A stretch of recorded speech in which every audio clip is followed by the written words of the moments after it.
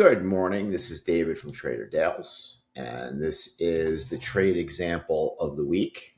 Today, we are going to actually look at a trade example on a currency pair in the London session. So when we trade currencies, we typically like to trade and analyze correlated pairs together. So Euro AUD and the GBP AUD are correlated pairs, meaning they will move in unison with each other. And the reason why we look in that, because we look for cracking correlations. ICT may call it an SMT. It's a divergence. You can see it right here where in the London session, the GBP takes out the low of the previous day session where the Euro AUD takes out the low of the previous session where the GBP does not. That creates a divergence, okay? And along with that divergence, we look for a similar pattern. We look for an accumulation, a manipulation with displacement, and then an immediate disrespect of that displacement to go into distribution. Accumulation, manipulation, distribution. We look to trade the inverse of the fair value gap that displaced into that level, creating the SMT and grabbing internal liquidity. Okay, now when we have two pairs like this and we have the divergence, there's obviously a trade opportunity in both, but which ones do we trade? Well, very simple answer. If it's a long trade, we are going to trade the stronger pair. The stronger pair is the one that did not make the low. The weaker pair is the one that did make the low. So focusing on the GBP AUD this morning, okay, we have a grab of internal liquidity, these levels right here.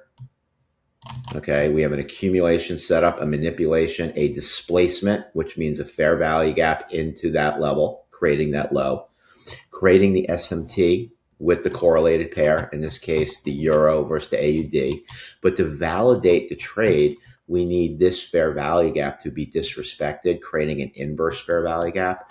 And once that happens, it validates the SMT, it validates that this is going to reverse, and also it validates the distribution part of the accumulation, manipulation, distribution setup, in which case we want to trade the distribution.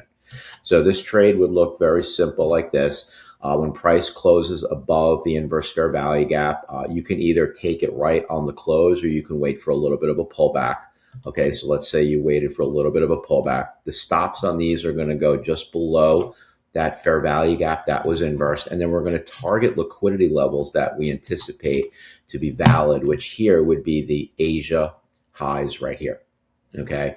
This was a 3-to-1 risk to reward trade. Okay. And it basically had three ingredients. Okay.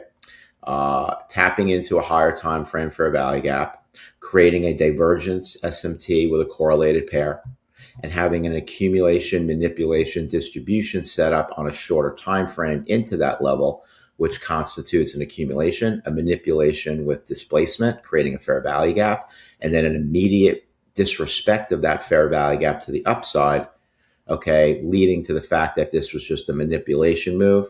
And once we do that, we can target the reversal and the distribution move up into liquidity area, which we believe would be the Asian highs right here. This is a 3-to-1 risk to reward trade. Okay. Another way that this can be played, a lot of times I tell people that when you get into the trade and you're confused about where the draw is and where the target is, just set a simple 2-to-1 risk to reward trade and take it. That's it. If you're right half the time on a 2-to-1 risk to reward trade, you're going to make a lot of money. Think about where you'll be if you're right 70-75% of the time. Okay, which is very easily attainable on a strategy like this if done properly. Okay. Hey everyone, it's Dale here. I hope you enjoyed the video. If you like to trade alongside me and our team of prop firm funded traders every day, then click the link below the video and hop aboard. We are looking forward to trading with you.